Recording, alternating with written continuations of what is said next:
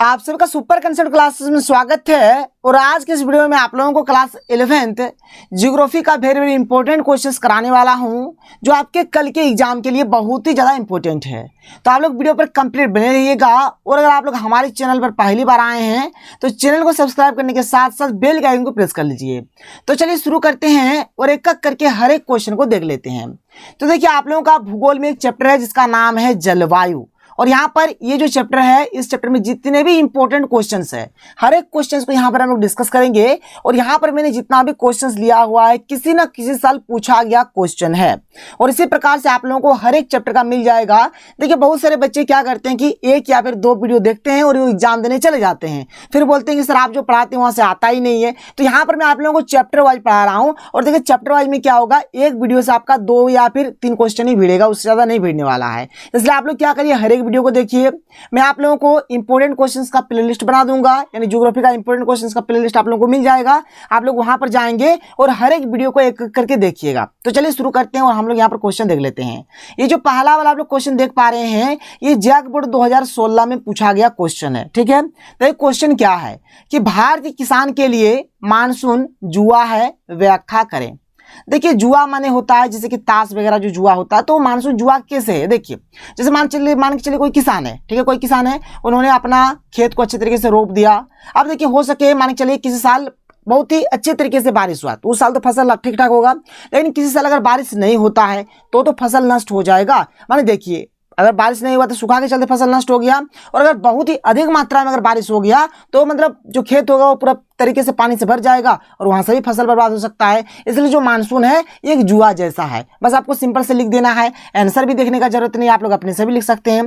देखिए, यहाँ पर मैंने लिखा है कि भारतीय कृषि को मानसून का जुआ इसलिए कहा जाता है क्योंकि कृषि का भारतीय अर्थव्यवस्था में बहुत अधिक योगदान है। भारतीय कृषि मुख्य रूप से बारिश या मानसून पर निर्भर करती है। यदि बारिश अच्छी होती है तो उत्पादन भी अच्छा होगा, और यदि बारिश कम होती है तो उत्पादन भी कम होता है। जाहिर सी बात है, अगर बहुत ही अधिक मात्रा में अगर बारिश हो जाएगा तब भी दिक्कत है, अगर कम मात्रा में बारिश होगा तब भी दिक्कत है। तो यहाँ पर आपको यही सब चीजें लिख देना है। और ये हमारा जैक बोर्ड 2016 में पूछा गया प्रश्न है। आगे बढ़ते हैं, अगला क्वेश्चन देख लेते हैं। अगला क्वेश्चन क्या है देख लीजिए।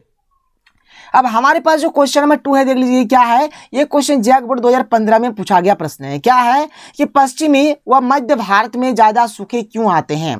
तो देखिए, इसका कारण क्या है। तो पश्चिमी और मध्य भारत में कम वर्षा होती है। पहला कारण कम वर्षा होने का, जिसके चलते क्या होता है, सूखा पड़ता है, जिसके कारण भूतल पर जल की कमी हो जाती है। हमारा जो भूमजल स्तर है उसमें जो जल की जो मात्रा वो कम हो जाती है। कम वर्षा, अत्यधिक वाष्पीकरण और जलाशयों तथा भूमिगत जल के अत्यधिक प्रयोग से सूखे की स्थिति पैदा होती है। यहाँ पर जल का अधिक वाष्पीकरण हो जाता है, जलाशय और भूमिगत जो जल है उसका हम लोग अधिक से अधिक यूज कर लेते हैं, उपयोग कर लेते हैं। इसके चलते भी सूखा यहाँ पर बढ़ता है। पश्चिमी भाग मरुस्थलीय और मध्यवर्ती भाग पठारी भाग है। इन दोनों क्षेत्रों में जब वर्षा कम होती है तो सूखा की स्थिति उत्पन्न हो जाती है। मतलब ध्यान सुनिए, हमारा जो पश्चिमी भाग है, जो मरुस्थलीय भाग है जैसे कि राजस्थान हो गया, और मध्यवर्ती भाग मतलब जो पठारी भाग है, ये हमारा मध्यवर्ती भाग कहलाता है। आगे बढ़ते हैं, क्वेश्चन नंबर 3 देख लेते हैं। देख लीजिए, ये क्वेश्चन जैक बोर्ड 2015 में ये भी क्वेश्चन पूछा गया है। क्या है कि पश्चिमी राजस्थान में बहुत कम वर्षा होती है, कारण बताइए। ठीक है, तो देख लीजिए, जो पश्चिमी राजस्थान है उस साइड में बहुत ही कम मात्रा में वर्षा होती है। क्यों होती है आपको बताना है। देख लीजिए, इसका उत्तर क्या हो जाएगा। इसका उत्तर आप लोग लिखिएगा कि जब मानसून बंगाल की खाड़ी से शुरू होकर राजस्थान की ओर जाता है तब वो राजस्थान में प्रवेश करने से पहले ही अपनी सारी आर्द्रता गंगा के मैदान में समाप्त कर चुका होता है।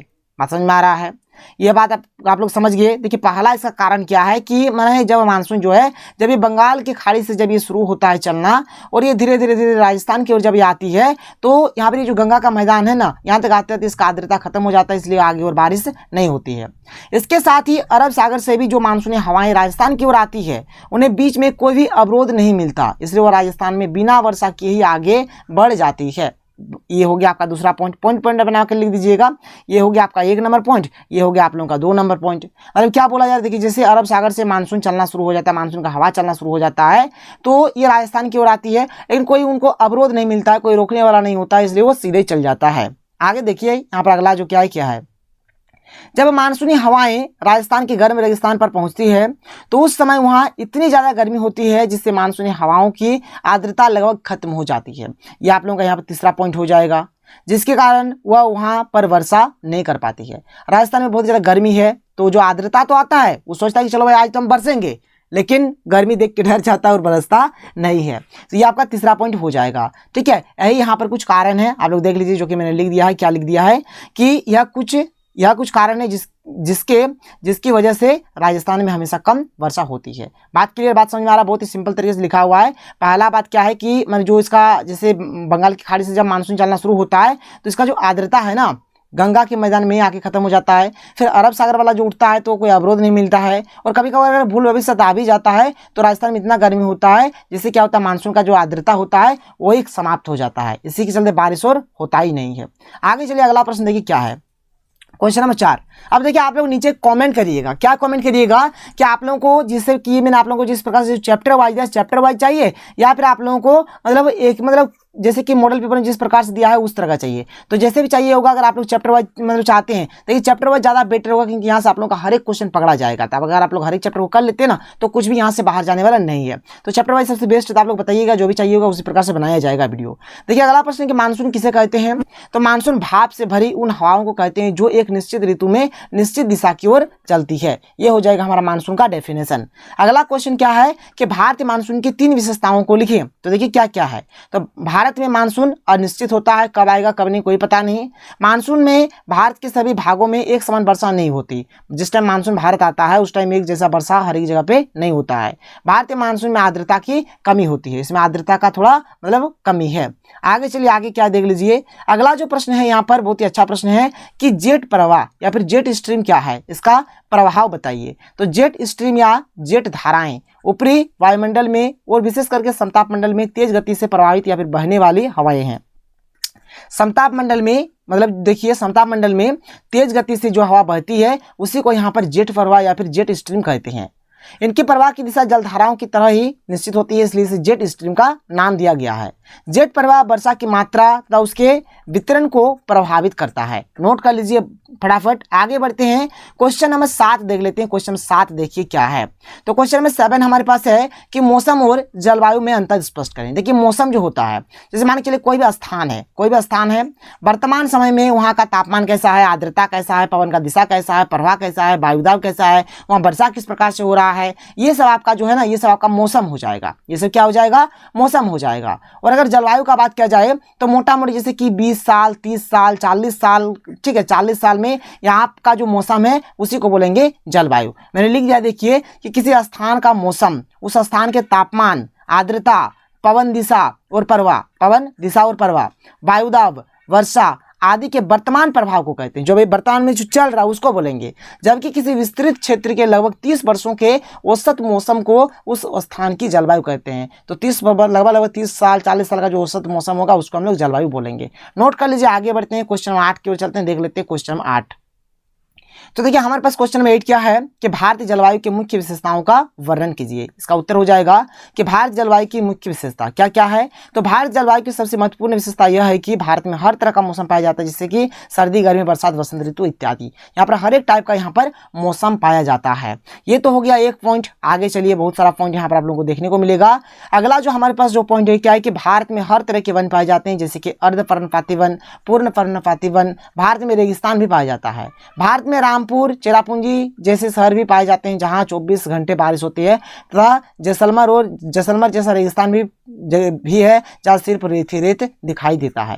फटाफट आप लोग नोट करिए। आगे चलते हैं क्वेश्चन नंबर 9 की ओर। देख लीजिए क्वेश्चन नंबर 9, जो कि हमारे जग बोर्ड 2016 में पूछा गया प्रश्न है, बहुत ही इंपॉर्टेंट है। क्या है कि भारत में वर्षा के वितरण का वर्णन कीजिए। भारत में वर्षा किस प्रकार से होती है।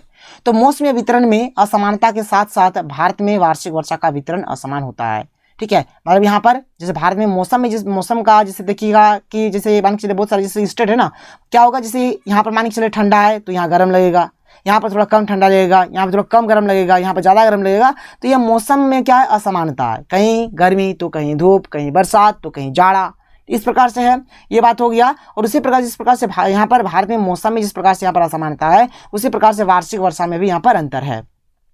भारत की औसत वर्षा जो है लगभग 112 सेंटीमीटर है। भारत में 74% वर्षा दक्षिण पश्चिम मानसून से होती है, 13% वर्षा मानसून के पश्चात होती है और 10% वर्षा मानसून के पूर्व एवं 3% वर्षा शीत ऋतु में होती है। भारत में अधिकांश वर्षा पर्वतीय प्रकार की होती है। भारत में सर्वाधिक वर्षा मासेराम जो कि मेघालय में है 1141 सेंटीमीटर तथा थार के मरुस्थल का क्षेत्रफल में सबसे कम यानी कि 5 सेंटीमीटर वर्षा का औसत है। नोट कर लीजिए, बहुत ही इंपॉर्टेंट क्वेश्चन है। आगे चलते हैं क्वेश्चन नंबर 10 की ओर, देख लेते हैं क्वेश्चन नंबर 10। क्वेश्चन नंबर 10 हमें देखिए क्या दिया गया है। क्वेश्चन नंबर 10 है कि भारतीय मौसम तंत्र को प्रभावित करने वाले 3 महत्वपूर्ण कारक कौन से है। ये क्वेश्चन आप लोगों का जैक बोर्ड 2016 में पूछा गया प्रश्न है और ये एक वेरी इंपॉर्टेंट क्वेश्चन है इस साल के लिए। तो देखिए पहला कारण क्या है यहाँ पर कि वायुदाब तथा पवने, ठीक है, वायुदाब तथा पवने, ये हो गया एक कारण। फिर आगे देखिए यहाँ पर और 2 कारण, एक्चुअली में 3 ठो लिखने बोला, 3 ठो हम लोग लिखेंगे यहाँ पर। एक है आप लोगों का जेट वायु धाराएं और अगला है आपका उष्ण कटिबंधीय चक्रवात। ये सब आप लोग नोट करिए। क्वेश्चन नंबर 11 क्या है कि भारतीय मौसम विज्ञान विभाग के अनुसार भारत में कितने स्पष्ट मौसम पाए जाते हैं।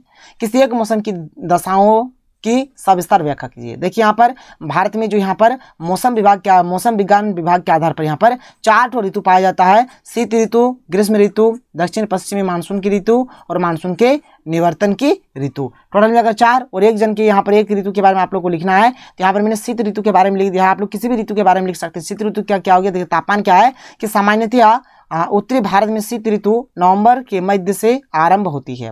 उत्तरी मैदान में जनवरी और फरवरी सर्वाधिक ठंडे महीने होते हैं।